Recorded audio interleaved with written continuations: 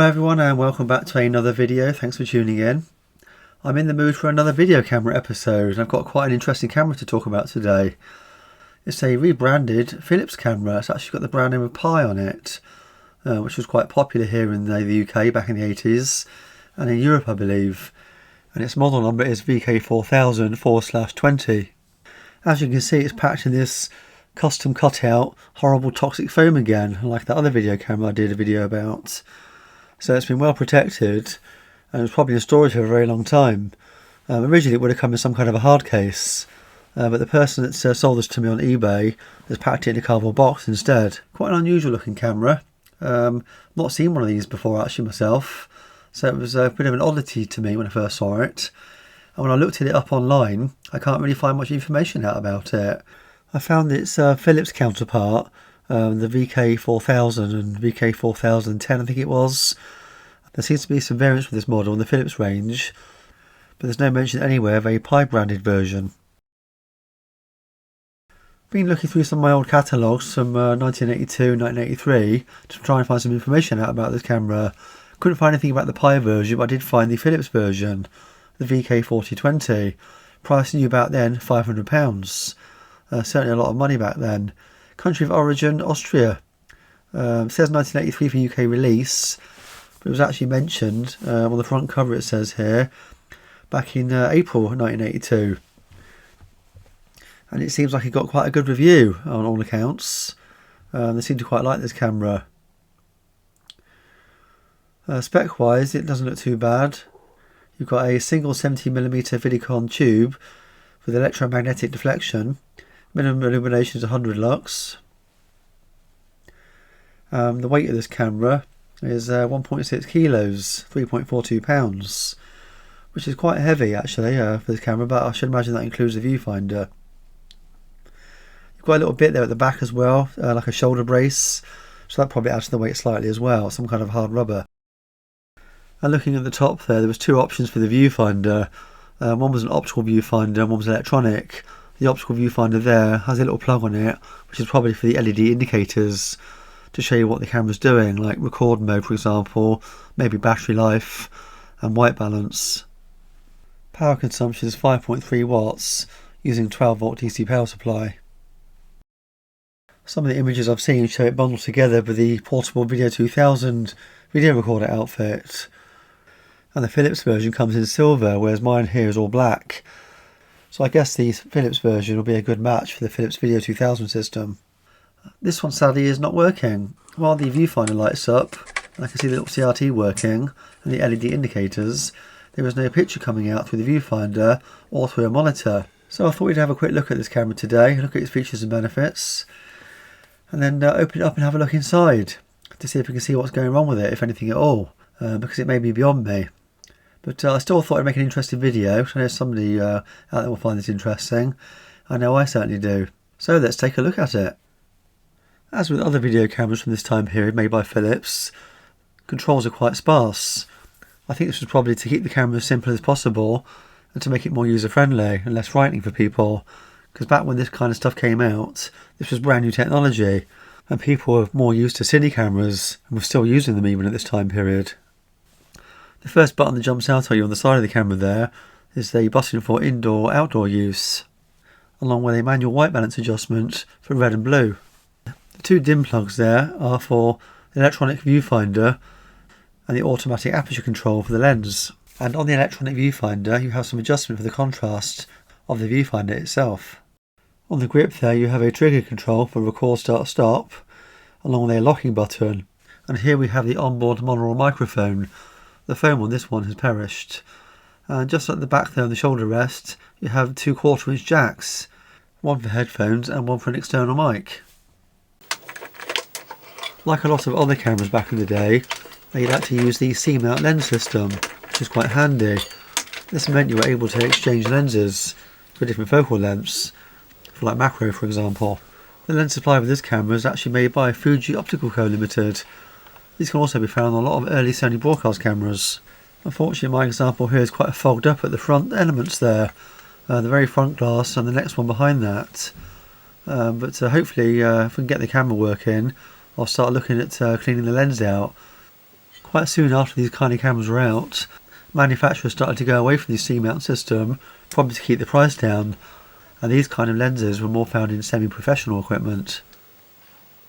And now with the lens removed, we can see the infrared filter, and I'm pleased to say this one's nice and clear. A lot of the Sony cameras, especially the early ones, tend to fog up and crystallise, unfortunately. Okay, it's time to open this camera up and take a look inside. It's always quite an exciting moment, this. This is the part I enjoy the most. See just how all these different manufacturers put these cameras together, and all the different types of components that they use. First off, obviously I'm going to remove the lens, the viewfinder, and anything else that's in the way, and then we'll start looking for screws. This one looked pretty straightforward. I could see some screws there on the sides, but it turns out there was actually another hidden screw somewhere, which I couldn't see at first. It's actually in the shoulder rest there at the back, and it was a flathead screw compared to the Phillips screws that we use on the rest of the cabinet. And here we go, a few moments later I was finally in. Something popped off the back there, I haven't found that yet. Looking at the side of the case here, couldn't see any date codes, unusually. Nothing on there at all. And the plastic was very hard and sturdy. Very similar build to most Philips stuff back in the day. Some of the Japanese stuff, the cases were quite thin.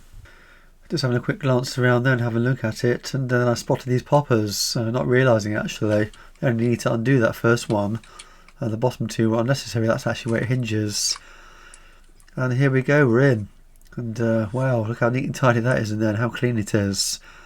The excellent build quality again of Philips. And all those cables there in sockets. So you can just unplug everything and get the board out and work on the boards on their own. Compared to some of those JVC cameras I've worked on, where they use those horrible ribbon cables that are quite fragile. Annoyingly, the back of the tube there is shielded, so I'm not going to be able to see that glow when I plug it in a moment. So the next thing to do is have a look at undoing that shield there, and annoyingly it looks like it's soldered in place, the top part. But then I spotted two screws, two black Phillips screws there, which I shall undo in a moment, and drag that back slightly so that we can reveal the back of the tube. The wiring loom at the back there is held in place with a small grommet gripping the cable, and a lot of these cables, as you can see, have been very neatly tied off with string, which is always a nice neat touch, but that seems to be stopping this from sliding back slightly, but in a moment I do get it back far enough. And here we go, you can now see the back of the tube, and it is glowing. That's the 12 volt heater there, so at least it's not glowing purple like on a lot of the other cameras I've tested in the past, if you watch any of my other videos, because when they're glowing purple, that means they're basically past it, they're no good basically. So there's a little bit of hope here so far with the heater there being orange.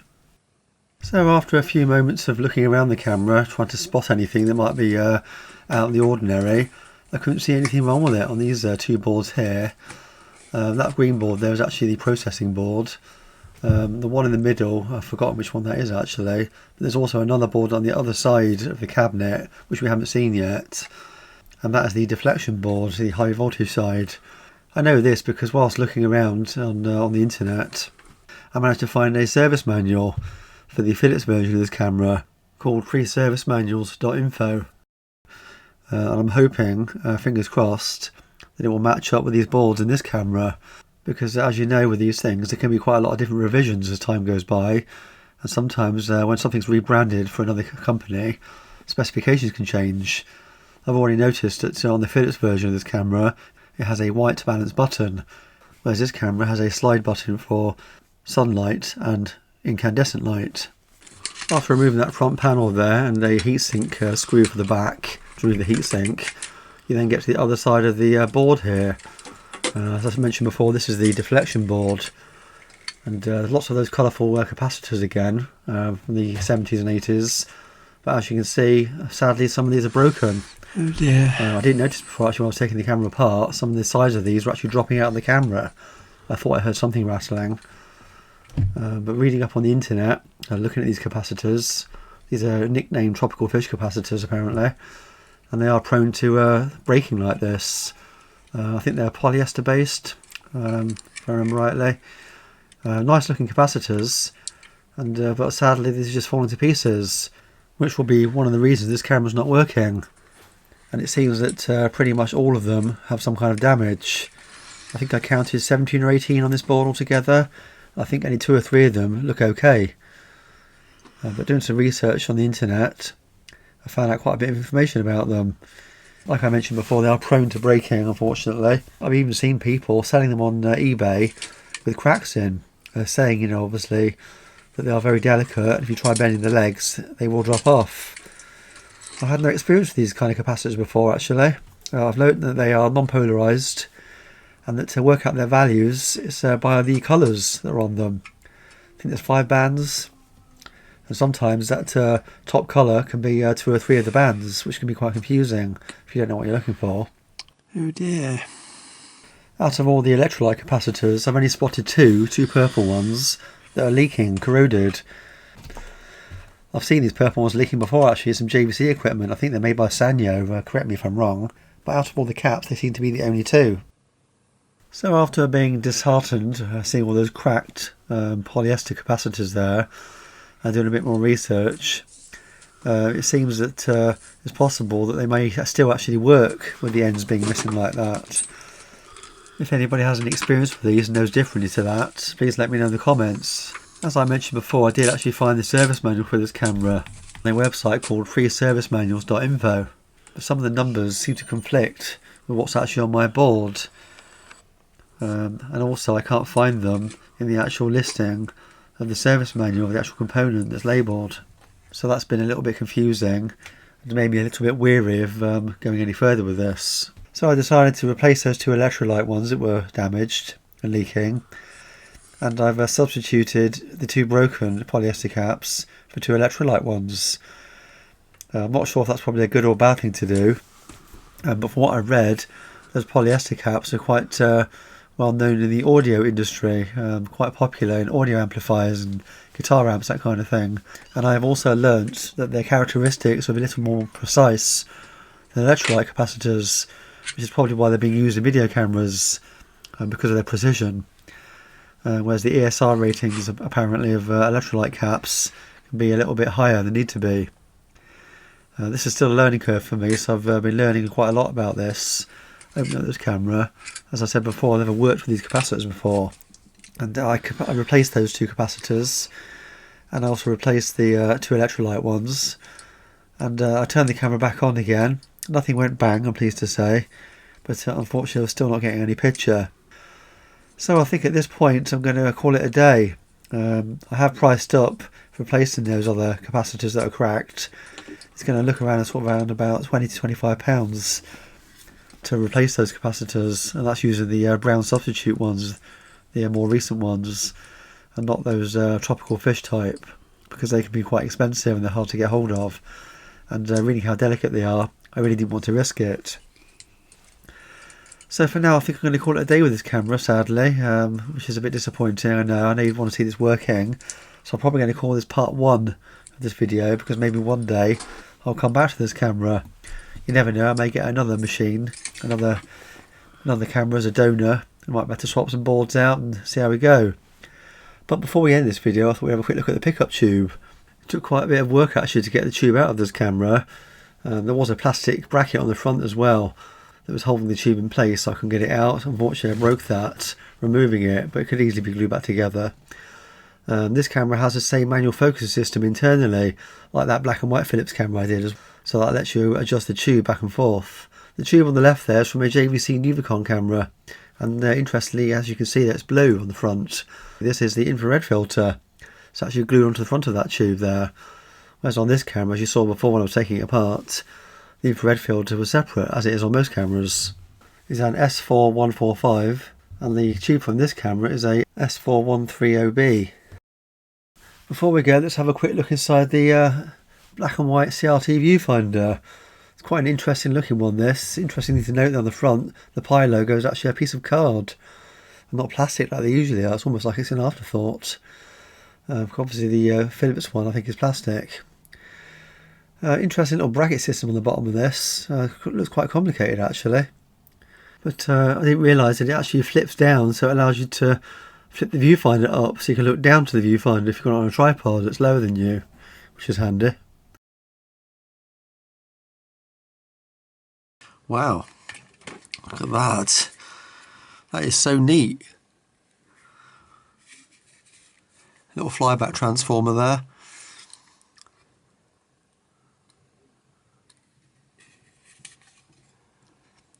None of those tropical fish capacitors. Oh, there's some there, look. And they've cracked as well. Interesting. And it's still working though, isn't it? Ah. So I guess that kind of answers my question really. With the camera itself, maybe they are okay when they cracked. They will still work, because that was actually missing its side there, look. And this is still working. Very interesting.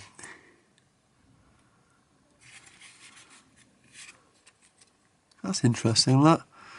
Spring loaded there. What the purpose of that is? Stop vibration, I guess. Very small screen there.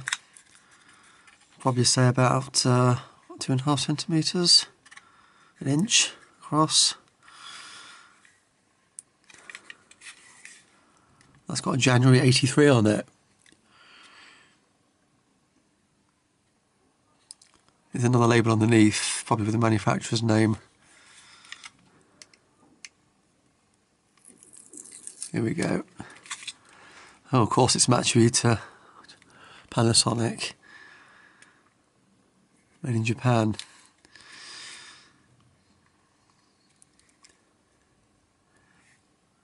Yeah, it's very interesting that those caps have cracked and it's still working. So I guess, like I said, that answers my question with the camera itself. Maybe I don't need to replace all of these. It's something else, which makes me kind of want to go back to it now. But we'll do that another day. Like I said, hopefully I'll get another camera and we can make one good one out of the two, you never know. Very interesting camera though, this one. I like the way it's put together, just like that black and white Philips camera.